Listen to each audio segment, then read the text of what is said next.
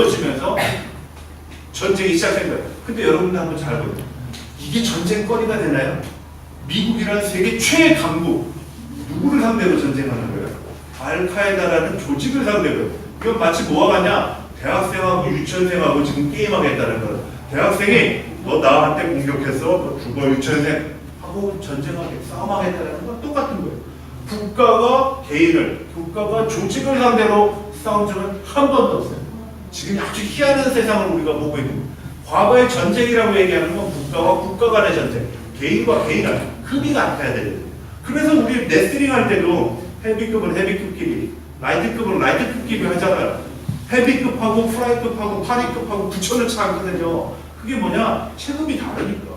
근데 지금 체급 다른 게 일상화됐어요. 그렇죠? 미국이 조직을 상대로 전쟁을 하는 테러와의 전쟁을 합니다. 근데 그때 테러와의 전쟁에 제일 먼저 나타난 게 중국이에요. 동맹국인 일본도 한국도 안 했어요. 중국이 뭐라 그러냐? 미국 너 조금 전에 테러 당했다면 난 너 도와줄게. 너 어디든지 가면 내가 너 지원해주고 너 지지해줄게. 그러니까 미국이 너무 고마워. 그래? 근데 너 왜 나한테 갑자기 이렇게 잘해? 그랬더니 중국이 뭐라 그래? 너 지금 반대하는 나라의 조직이 알카에다라는 조직이고 거기에 우두머리가 오사마 빌 라덴이라는 아랍계 사람인데 우리나라의 서북부 가면 위그르 지역이라는 데가 있는데 거기 사람들도 약간 지금 중동계 비슷하거든. 종교도 이슬람교야. 근데 걔네들 자꾸 분리독립을 하려고 그러는데 내가 조사를 해보니까 걔네가 훈련받은 조직이 알카에다고 걔네를 도와주는 사람이 빌 라덴이야. 그러니까 너의 적이나 나의 적이나 똑같은 적이니까 우리는 손잡을 만해. 그러니까 미국이 그때서부터 테러와의 전쟁을 할 때 중국을 꼭 데리고 다녀. 그러니까 중국이 스스로 그렇잖아요. 제일 센 사람이 인정을 했으니까 중국은 제일 센 국가가 된 거예요. 그 나머지들 사이에서는. 그래서 중국이 속칭 G2를 등장할 수 있는 정치적 요인을 미국이 제공, 테러. 그럼 경제는 뭐냐? 경제는 계속 발전을 하니까. 그래서 중국 외교 70년을 지금 잠깐 정리를 하면요. 아주 간단하게 개혁개방 이후에 세 단계를 거쳐갑니다. 도광양은 어둠 속에서 자신을 감추는 정책에서 조금씩 드러내는 정책, 그리고 미국을 따라서 반테러 진영에 동참하면서 자기네가 뭐라 그러냐? 책임 있는 대국이라고. 여러분들이 볼 때 중국이 책임 있는 대국인지 아닌지는 조금 이따가 다시 설명을 드릴게요. 자, 그래서 중국이 이러한 변화의 모습을 갖고 왔고 세계와의 관계 속에서 중국의 위상이 엄청나게 증대됐어요. 이제 중국을 군사대국이라고 얘기하는 사람 없어요.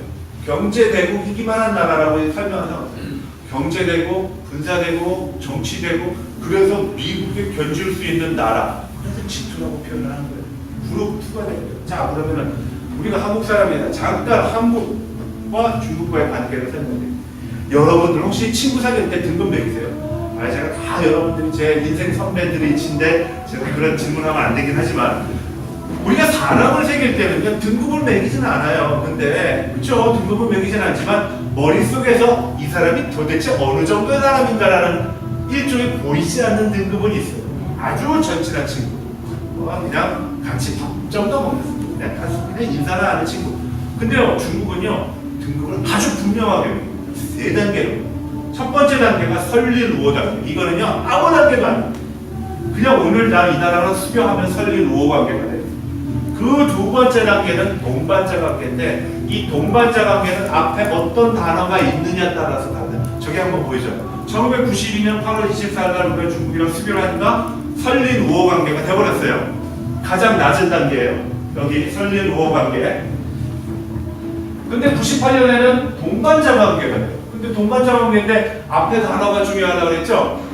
자, 한번 보세요. 1998년인데 내용이 21세기를 향한 협력 동반. 왜? 아니 21세기도 안 됐는데 왜 21세기 얘기를 하지? 왜 그럴 것 같아요? 저때 우리가 IMF도 안 했어요. 중국이요 경제 발전할 때 제일 중요한 모델로 삼았던 게 대한민국이에요. 대한민국이 왜 대단하냐?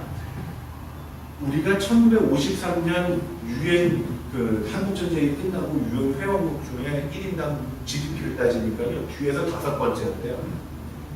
198개 국가에 등록되어 있는 국가 중에 우리가 193등이었다는 얘기예요. 진짜 못 살았던 나라. 근데 우리가 90년 정도 가면요, 세계 20위권에 들어와 있어요. 경제. 대단한 거죠. 170개 국가를 제쳤다라는 얘기예요. 중국에서 보면은 충분히 모델을 삼는다네요. 중국의 모델로 삼았던 게 아시아 4마리 용이거든요. 홍콩을 잡으려니까 이게 자존심이 허락하지 않아요. 이게 중국의 일부분이다. 인구 800만밖에 안 돼. 이 800만이 가지고 있는 변수라는 건 별거 아니거든요. 싱가포르 하려니까 싱가포르는 더 작아요. 이건 뭐 참고 상황이야. 대만을 하려니까 대만은 자기네 땅의 일부분이고, 이건 존심이 허락하지 않아요. 그래서 한국을 채택했는데 한국은 규모가 한 5천만 정도 돼요. 여기 괜찮아요. 아주 샘플로 채택하게 하겠죠. 거기다가 경제, 산업화, 독재 정권도 있었어요. 중국하고 똑같아요. 독재. 거기다가 경제 발전도 있고 지금 민주화로 가고 있어요. 괜찮은 모델이라고 썼는데 이 나라가 IMF 휘청내다가 그냥 IMF 체제로 넘어가. 야, 그럼 IMF 체제와 같은 나라, 중진국에서 선진국으로 못 가고 이렇게 문턱에서 확 쏟아져 엎어져 버린 나라를 보통 우리가 중진국 함정이라고 해요. 그런 나라들 하나 예를 들어요. 여러분들 필리핀 하면 뭐 생각납니까? 필리핀이 50년대 우리보다 잘 살았잖아요. 와가지고 그냥 행사를 하는데 주룩주룩 비가 오니까 비 안 오는 데서 행사 못해. 우리 박정희는 비 안 오는 데서 행사 못하는데 그랬더니 그럼 비 안 오는 데서 행사하게끔 내가 뭐 하나 져주고 밖에 창충체육관이잖아요. 네. 근데 지금 우리가 필리핀 하면 생각나는 건 바나나밖에 없어요. 필리핀이 우리보다 잘 사는데 지금 바나나밖에 안 되는 나라예요. 2차 세계대전 끝났을 때 아르헨티나는요, 세계 9위의 경제 대국이었어요. 근데 지금 우리가 아르헨티나 그러면요, 소고기, 축구, 메시 이거밖에 기억이 안 나요. 그리고 뭐 하나 더 하면 뭐 탱고?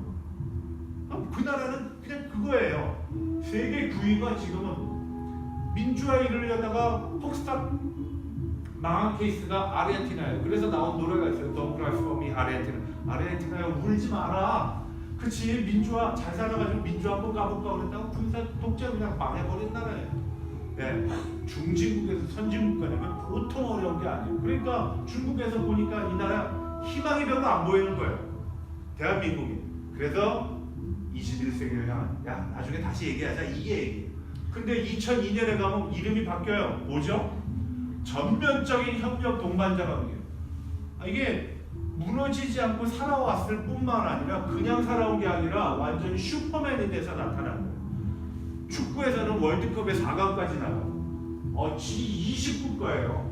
세계에서 20개 잘 사는 나라 중에 이름을 올렸어요. 그리고 심지어는 세계 경제에서 이렇게 해야 됩니다라고 얘기하죠. 기술에서도 앞서죠. 심지어는 문화하면은 아시아에서는 중국 문화가 최고지. 근대 들어서 일본 문화가 최고야 그러면서 나타난 게 일본이 젠이라고 얘기하는 선의 문화. 근데 한국이 갑자기 문화적으로 치고 나와요. 근데 생전 듣도 보도 못한 문화예요. 그게 바로 한류. 이건 한국 거 같으면서도 중국 거 같고 아주 현대화된 것 같은데도 굉장히 고전적이고. 그래서 막 이영애 대장금으로 떠요. 먹는 걸로 뜨는 거예요. 먹어본 사람은 한 명도 없는데 먹는 드라마로 떠요. 노래는 힙합이 뜨는데 힙합은 우리 게 아니에요. 미국 건데 우리가 그냥 젊은 애들이 나와서 들어요. 춤을 추는데 한 10명이 나와서 동시에 춤을 추는데 한 사람이 추는 거 같이 딱 맞아요. 군무라고 우리가 얘기하는데 뭐 신기해요. 그게 바로 한류예요. 그래서 문화, 경제, 사회, 정치, 외교에서 다 일종의 선도적인 작업을 수행해가요. 그러니까 중국이 뭐라 그래? 전면적으로 이제 경제만 너네를 인정한 게 아니라 문화, 사회 뭐 다 한번 얘기해. 그러고 난 다음에 2008년 가서는 심지어 뭐라 그러냐? 여기서 한 가지 주의해야 될 게 바로 전략적이라는 단어. 전략적. 사실 여러분들이 노트가 있으면 전략적인 동그라미 치셔야 돼요. 왜 동그라미 쳐야 되느냐? 보통 국제관계는요, 두 나라가 만나서 얘기하잖아요. 그럼 두 나라 얘기밖에 안 해요. 우리가 중국하고 얘기하면 한국 사람이 중국 놀러 가면 잘 좀 해주십시오. 중국 사람이 한국 오면은 저희가 롯데쇼핑 한번 잘 시켜드리겠습니다. 두 나라 얘기밖에 안 해요. 제3의 얘기를 할 때는요, 이거는 강대국들, 강대국들 만나요. 미국하고 영국은 만나서 아시아 어떻게 관리해야 되지? 이런 얘기해요. 왜? 강대국이니까. 독일하고 일본이 만나면 우리 아프리카 어떻게 해야 되지? 강대국이니까 그렇게 얘기해요. 그 전에는 두 나라 얘기밖에 안 하는데 강대국이 되면은 제3의 얘기를. 그 제3의 얘기를 하는 거를 외교 용어로 전략적이라고 해요. 그래서 저기 2008년서부터 중국은 한국이랑 무슨 얘기를 하냐? 첫 번째, 북한 문제를 같이 얘기해요. 예전에 우리가 북한 문제 어떻게 좀 해주십시오 하고 중국에게 얘기하면 중국은 뭐라 그랬냐? 우리가 니네하고도 수교했지만 북한하고도 수교했기 때문에 니네는 같은 격이고요. 제 얘기하지 마. 내 얼굴 전에 이렇게 했는데 2008년서부터는 북한 얘기 같이 해요. 비핵화. 그렇죠? 그리고 한국과 중국은 모두 수출구도를 원합니다. 그래서 무역 전쟁 혹은 보호무역주의 우리가 싫어해. 한국이랑 중국이랑 요즘 반보호, 미국의 트럼프 정부에 대해서 반보호무역주의 얘기하는 거 목소리 똑같아. 그게 언제부터냐? 2008년부터. 그래서 2008년부터는 한국이 중국이랑 제3의 문제, 국제적인 문제를 같이 논의하는 그런 단계가 있어요. 그럼 그런 단계에 있는 나라를 전략적 동반자 관계라고 그러는데 전략적 동반자 관계에 있는 나라는 몇 나라? 일본, 한국, 미국, 러시아, 프랑스, 독일, 영국 이 정도 돼. 나머지 나라들은 전략적 관계가 아니라 그냥 동반자 관계. 네. 북한에 있는 문제들이 아주 중요하다. 자, 그럼 한중 관계는 국제 관계가 아니라요. 25년 4반세기 중에 가장 업적이 풍부하고 가장 내용이 좋은 그런 관계. 어느 나라도 이런 관계가 해보지 못해요. 한번 보세요. 일반적으로 가까운 거리에 있는 국가들끼리는요 경쟁을 해서 전쟁하는 빈도가 더 높아요. 한국과 일본이 그랬고 예전에 한국과 중국이 그랬고 인도와 파키스탄 안 좋죠? 전쟁하죠. 네. 그리고 영국과 프랑스 과거에 지금은 좋지만 과거에는 우리가 잘 알아 100년 전쟁 무슨 전쟁 많잖아요. 독일과 프랑스 1차 세계대전 2차 세계대전 독일과 폴란드 맨날 두들겨 맞죠. 약하니까 마찬가지로 일반적으로 국경을 맞대고 있는 나라들끼리는 경제 시기가 강해서요 협력보다는 갈등을 하게 돼 있어요. 근데 우리는 중국이랑 25년 내에 어떤 영광을 성적을 얘기하느냐? 인적 교류는 몇 배입니까? 인적 교류는 100몇 배나 늘어요. 교역은 33배가 늘고요. 인적 교류는 120배가 늘어요. 한국 사람이 중국 사람들이 초반에 많았어요. 이제는 중국 사람이 한국을 못 해가지고. 그래서 25년 동안 굉장히 어마어마한 성과를 냈는데 호사다마 좋은 것이 많으면 나쁜 것이 이게 돼 있어요. 지금이 딱 그 순간이에요. 중국 관광객들 알아죠. 왜? 사드 해체다. 근데 사드는 우리 살기 위해서 있어야 되는 무기거든요. 근데 그거 인정 안 해요. 자기네 등에 칼을 꽂았다고. 그래서 지금 한중 관계는 새로운 4반세기 혹은 이후를 위해서 조정 단계에 있다. 너무 과거에 너무 좋았다는 거예요. 그래서 실망할 필요 없어요. 좋으면 어느 순간에 다시 조정을 해가지고 좀 속도 조절을 해야 된다. 그래서 한중 관계는 저러한 발전을 끌어왔는데 북한은 그럼 중국이랑 어떻게 되냐? 이 표가 바로 그거거든요. 요게 파란색 선이 많다라는 거는 한국이 중국에 영향을 미칠 수 있는, 중국이 한국에 영향을 미칠 수 있는 건데 지금 북한 보세요. 다 짧죠? 우리보다 다 짧아요. 북한이 중국에 미칠 수 있는 영향이 없다는 얘기고 중국도 또 북한에다가 경제적으로 도와줄 수 있는 그 협력을 할 수 있는 그 공간이 크지 않다는 거예요. 그러니까 한국과 중국 간의 관계와 북한과의 관계는 질적이나 양적인 측면에서 경쟁 상태가 이제 우리가 안 된다는 거예요. 그럼 중국의 입장에서 한국이 더 좋겠어요? 북한이 더 좋겠어요? 북한이 좋은 이유는 미국을 막을 수 있는 완충 지역으로서의 역할이지 경제적인 협력이 아니라는 거예요. 네. 한번 보세요. 우리나라는 무역으로서 세계 7위의 국가예요. 근데 북한은 가난한 걸 아마 위해서 7위였거든요. 네. 인공위성에서 밤에 한반도를 찍으면요 한국은 섬같이 반짝반짝 해가지고 불이 그냥 전국에 반짝이는데 북한은 컴컴하거든요. 우리 원래 반도가 연결되어 있는데 북한은 전기가 없어요. 제가 왜 전기 얘기를 하냐? 지금은요, 선진국을 얘기할 때 GDP, GNP, 돈이 얼마냐 이걸로 얘기하는 전기 소비량, 1인당 에너지 소비량, 이게 가장 정확한 지표예요.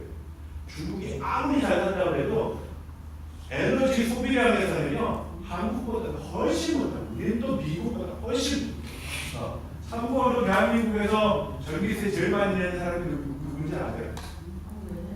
네. 네, 선동은 사람이 아니죠. 그래서 네, 정용실이라는 사람이 있잖아요. 이마트 신세계 회사 한 3,700만 원 정도 전기료만 3,700만 원 매달. 뭘로 어떻게 쓰는지 모르겠지만 대한민국 2위가 이태요. 네. 자, 그래서 그럼 중국을 우리가 어떻게 봐야 되냐? 중국은 딱 두 가지예요. 제가 봤을 때는 중국 사람들이 외교를 할 때는 머리에 이미 일정 정도의 기본적인 생각이 고정되어 있다. 이거는 단순하게 1, 2년 사이에 고정되어 있는 게 아니라 몇백 년, 몇천 년 사이에 중국 사람들의 머리에 아주 고정되어 있는, 마치 문화 하나의 가치관 같이. 그 가치관이라고 얘기하는 게 두 가지입니다. 하나가 육가적인 생각이고 하나는 법가적인 생각이에요. 육가적인 생각은 쉽게 얘기하면 공매, 해상이죠. 공자인데 공자가 도덕적인 걸 얘기했다면 맹자는 굉장히 정치적인 걸 얘기했거든요. 자, 근데 재미난 게 있어요. 그럼 잠깐 맹자가 왜 정치적인 거라 하면 그걸 가지고 설명을 해요.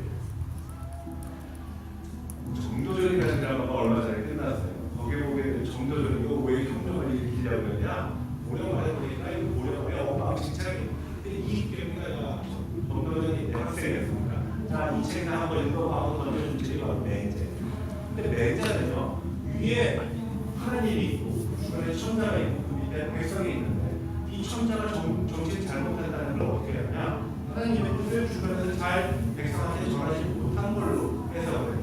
그러니까 이 사람 천자, 왕이라는 사람은 뜻을 잘 전달하고 밑에 있는 사람을 부유하게 만들어가지고 천자를 만족스럽게 하는 중간의 메신저 역할인데 이 사람이 정신 잘못하면 가르쳐야 된다는 게 그게 바로 역사혁명의 논리예요. 그리고 그러한 논리를 전달하는 책이 바로 맹자라는 책인데 이 경우가 그거 보니까 오려가 혁명을 얻는 거예요. 왕이라는 사람은 능력으로 인정받는 사람들이 아니잖아요. 그러니까 통이 좋아서 그냥 누구 밑에서 끝나다 보니까 왕이 되는 사람. 그래서 새로운 세상을 어떻게 되냐? 재상 중심의 정치를 해야 된다. 능력을 평가받는, 시험을 통해서 인정을 받는 사람들이, 객관적으로 인정받는 사람들이 정치를 해야지 된다. 행동만 좋아서 그냥 부모 잘 만나서 하면 그건 안 된다. 그러니까 나중에 바원이가 보고 기분 나쁘죠. 바원 내 차례인데 아니 세상이 중심되는 나는 그런 기회가 없다는 얘기. 그러니까 누구 찾아서 정도 대신하고 또 고려도 대신해지. 내가 대신한 게 건국을 했다니까. 고려 대신한 거야. 너 출신이 아니야. 너 고려를 대신해서 또 조선을 만들었을 거 언제든지 또 조선을 대신할 수 있다. 쳐주기 거야. 네. 자, 그럼 유가 그 5천 조선시대 초에 나왔던 유교가 아직도 있어요. 대한민국에는. 그 유가는 죽지 않고 왜 살아남았을까요? 너무나 적응을 잘했어. 조선만에 어렸을 때 시각으로 거듭나고 지금 우리 유교를 교라고 얘기하는 사람 아무도 없어요. 세월에 중국에 되면 선생님이 이렇게 지나가면요, 우리는 탁성가지고 얘기해 가는 이렇게 인사를 하는데 중국에 지나가면 이래요. 이게 인사예요. 톡 뜨는 게 우리 같았으면 귓밥행이라고 그래도 날라가는데 왜? 사회주의가 막혀놓은 사회주의에서 제도를 만들어버렸어요. 누가? 노동자 없어. 누가? 통치에 의해서. 근데 누가는 뭘 강조해요? 위와 아래를 강조해요. 그래서 군과 신하, 아버지와 아들, 남편과 부인, 형, 제, 친구 나누는 거예요. 그게 질서예요. 사회 질서를 그렇게 나누거든요. 근데 사회 질서를 그렇게 나누는 거하고 사회주의 시스템하고는 맥락이 같은데 한 산에는 호랑이 한 마리밖에 죽지 못해요. 두 마리가 있으면 맨날 싸우게 돼요. 그러니까 사회주의는 뭐를 배척할 수밖에 없어요? 종교를 배척할 수밖에 없어요. 왜? 시스템이 같거든요. 상하의 관계는. 그래서 중국의 통치 스타일 중에 가장 중요한 것 중에 하나가 육가적인 사고예요. 그리고 법가적인 사고는 쉽게 이해하면 나라가 만들든지 조직이 만들든지 항상 사람들은 규칙을 만들어요. 그래서 무슨 모임을 만들고 회칙을 만들고 국가를 만들면 법을 만들고 사회가 만들어지면 무슨 규율이라는 걸 만들어요. 그러니까 법과적인 사고는 아주 당연한 거예요. 자, 그럼 법은 뭐예요? 잘하면 상 주는 거고 못하면 벌. 중상 엄벌의 원칙이에요. 국가의 운영도 마찬가지예요. 잘하면 훈장 주잖아요. 못하면 어떻게 해요? 판단을 받아주잖아요. 그래서 이 두 가지를 가지고 중국을 보게 되면은 중국은 크게 네 가지 대상을 아주 외교에서 중시한다. 그럼 그게 뭘 제일 중시한다? 첫 번째가 주변국. 왜? 중국은요 14개 국가 국경을 나대고 있는 유일한 미국이 아무리 커도 위에 카나다하고 밑에 멕시코밖에 없어요. 러시아가 아무리 길어도 러시아가 국경 맞대고 있는 나라는 14개가 아니에요. 근데 중국은 14개와 맞대고 있을 뿐만 아니라 자기네가 까여먹고 오랑캐 야만인이라고 했던 민족한테 지배당한 적도 있어요. 몽골족한테 지배당해서 원나라가 생겼고 만주족한테 지배당해서 청나라가 생겼고 그래서 주변 관계가 너무나 중요해요. 그리고 난 다음에 중요한 게 대국 관계. 누가 제일 세? 제일 세는 누구야? 나랑 경쟁해야 되는 데가 누구야? 지금 미국이죠. 과거의 소련이요. 네. 자, 그리고 난 다음에 국제관계, 국제조직은요, 자기의 위상을 높이는 거예요. 이 정도 지위에 있어. 그리고 제3세계, 아프리카, 가난했을 때 친구들. 그래서 이 네 개의 대상이 중요한데, 자, 그러면 마지막으로 제가 설명해볼게요. 중국이 어떻게 발전하냐? 그게 세 단계로 발전한다. 첫 번째, 중국 사람은 육아와 법과의 사랑에 의해서 힘없으면 나라를 다스릴 수 없다. 그러니까 힘을 먼저 키워야 돼. 이게 첫 번째 단계. 그럼 중국은 첫 번째 단계, 세력이라고 하는 힘, 그 단계를 완성했을까요? 저는 완성했다. 왜 완성했냐? 2006년도에 중국이 정책을 발표하는데 그때 그 정책 이름이 계획에서 규획으로 가요. 계획에 중국 사람들이 얘기하는 계획은요, 양적인 성장, 규획은 질적인 성장. 그러니까 중국 사람이 이제 양을 얘기하지 않고 질을 얘기했다는 것은 크게 변화했다는 거예요. 우리도 그렇잖아요. 우리도 분명히 그래요. 우리나라 지금 인구 절벽, 왜 인구 절벽이에요? 가난했을 때 애들 낳지 말라고 그랬어요. 그거 30년 훈련 받았던 사람들이 다 우리들이에요. 그럼 지금 애들한테 애 낳으라고 조건이 좋아야 될 거 아니에요? 조건 안 좋아요. 할 수 없는 거예요. 마찬가지예요. 지금 중국도 뭐냐? 중국이 과거같이 그냥 양만 만드는 게 아니에요. 중국이 맨날 후진 물건만 만들거나 짝퉁 물건만 만드는 게 아니에요. 중국은 이미 G2 경제적으로 미국의 중요한 국가가 됐다는 거예요. 그래서 세력, 힘은 이미 상당히 갖춰져 있다. 그럼 두 번째 중국이 가야 되는 단계는 뭐냐? 바로 술이라는 단어인데 술은 통치를 하는 일종의 테크닉, 수단이. 그럼 한번 예를 들어서 대한민국의 부동산 정책은 왜 매년 실패할까요? 왜 매번 정부에서 실패할까요? 간단해. 다음에 어떻게 될지 알기 때문에.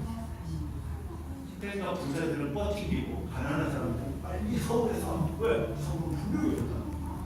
근데 내가 친구들한테 내가 길에서 허기하는 시간이 많아서 천안 가서 살까? 직장도 천안이니까 친구들이 다 두들리면서 반대요. 왜? 너 지금 천안 가면은 편하게 너 진짜 가족을 가지고 저 안에서 뭐 유심수세 그건 할 수 있어. 근데 이제 다시는 서울로 못 가. 왜? 천안은 네가 오래 살고 10년 뒤에 팔아도 별로 오르지 않았을 거야. 근데 서울은 다시는 살 수 없을 정도로 많이 올랐으니까 서울에 살아. 이런 얘기를 하더라고요. 자, 보세요. 그래서 술은 뭐냐? 상대방이 예상을 못하는 걸 해. 한번 예를 들어볼게요. 우리가 사드배치. 그러니까 중국이 한국 너 죽어. 너 그럼 재미없어. 사드배치 할게? 그러니까 해버렸어요. 그랬더니 중국이 뭘 해요? 롯데를 쳐요. 롯데를 막 때려요. 그래서 롯데가 중국에서 철수해요. 맞다. 99개 갖고 있었다. 다 팔아버리고 이제 중국에서 마트 장사 안 한대요. 우리는 설마 자기 정상적인 국가면은 국가를 상대로 해야지. 국가가 기업이나 국가가 다른 상대로 게임을 아까 전에 얘기한 거랑 똑같은 거예요. 대학생이 유치원 애들이랑 싸우겠더라고 한 거랑 똑같은 거예요. 근데 중국이 그거예요. 또 뭐 해요? 관광객 광고네. 그리고 가다가 추석 때쯤 되면 1000명 정도 보내. 그럼 우리 뉴스에 뭐라고 해요? 아, 한중 관계가 다시 따뜻한 봄이 오나 보나. 근데 그 며칠 지나면 또 안 와. 네, 그건 약올리 하는 거 봐서 이런 식이에요. 네, 술이 바로 그거예요. 정책적으로 효과적이기 위해서 상대방이 전혀 예상치 못한 거를 던져요. 그럼 마지막 단계는 뭐냐? 치료법이죠. 중국식 제도. 근데 중국식 제도 저 별로 그렇게 낙관적으로 안 봐요. 왜? 중국 사람들이 자기 주변에 있는 나라를 동등하게 안 해요. 한번 예를 들어볼게요. 우리가 동이족이라고 그러잖아요. 우리가 정상적인 족속인가요? 중국 사람들의 입장에서 보면 아니에요. 우린 야만이에요. 남만 북쪽 서윤 동이 사방에 있는 오랑캐들, 사방에 있는 야만인들 이에요. 자기와 똑같이 안 봐요. 그래서 중국은 주변에 있는 나라를 뭐라고 하냐면 관리의 대상으로 보지 협력의 대상으로 보지 않아요. 그러니까 중국 사람들이 가끔 말실수해요. 시진핑을 한 2년 전에 했었어요. 한국은 과거에 우리 중국이 속국이었어요. 이런 얘기해요. 네. 그 사람의 시각에서는 그렇게 이해할 수 있어요. 왜? 그래 왔거든요. 그게 중국의 특징입니다. 그래서 중국식의 제도가 형성되면은 거기는 분명히 위아래가 있어요. 평등한 이게 양옆으로 되는 그런 관계가 아니라 위아래 관계가 있을 텐데 과연 우리가 그럼 몇 번째 있을까? 끔찍한 얘기예요. 미국이 위아래로 확인하지만 상당히 여러 분야에서는 양옆에다 놓고 보기 때문에 평등하게 놓고 보기 때문에 가끔 우리가 봤을 때 저래서 미국이 합리적이구나 라는 걸 느낄 수가 있어요. 네. 근데 중국한테는 쉽게 전달되거나 적용되지 않을 수 있다는 거예요. 그래서 중국이 지금 있는 단계는 바로 수레 단계에서 이제 곧 신앙 법으로 가는 단계에 있다. 그 단계가 빨리 오지 않고 우리가 더 힘이 더 세지기를 바라는 게 제 마음입니다. 그래서 오늘 수업 내용은 몇 가지 혹시 궁금한 사항이나 질문 사항이 있으면 한번 말씀해 주세요.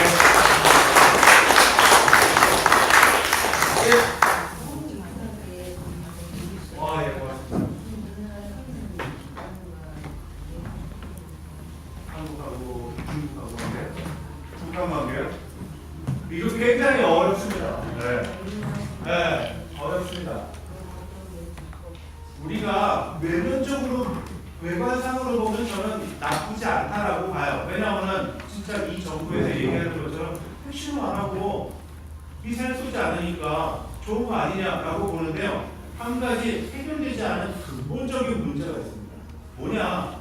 북한은 핵을 갖고 있고 우리는 핵을 갖고 있지 않다는 거예요. 우리가 원하는 건 뭐예요?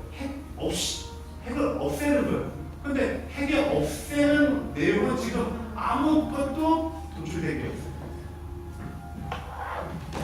굉장히 복잡한 얘기거든요. 보세요. 분명히 핵실험과 핵무기는 지금 예전처럼 쏘고 폭발시키지 않아요. 실험은 안 해요. 근데 분명한 거는 상대방은 핵을 갖고 있고 절대 무기. 나는 핵이 없고. 그 문제예요. 그리고 나는 부자나라고 저쪽은 가진 게 없는 나라.